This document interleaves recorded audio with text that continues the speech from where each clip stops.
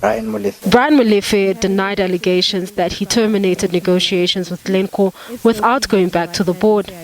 The Eskom board had mandated Molefe to negotiate a deal and secure coal for the power utilities Hendrina Power Station in Mpumalanga. However, Molefe failed to report back to the board because he believed the mandate was to deal with the matter and not to negotiate. It's alleged that Molefe terminated negotiations with the mining giant to pave the way for Gupta-owned Tegeta to take over the mine. My understanding was that it was a substantive instruction to deal with the matter, irrespective of how the minute is minuted.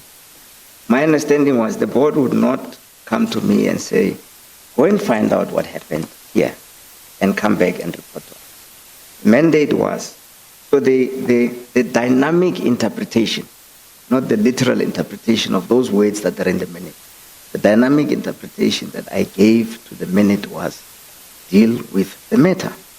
Glencore went into business rescue after negotiations with Eskom failed and was later sold to Tegeta. Under the Gupta family's leadership, Glencore Optimum Mine scored a 1.6 billion rand prepayment, which was later converted into a bank guarantee.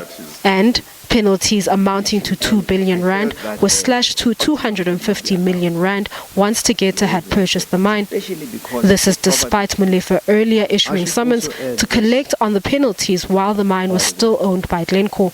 It was brought to me as a legitimate claim that Eskom had. My job as the CEO was to ensure that money that is being owed to Eskom is collected.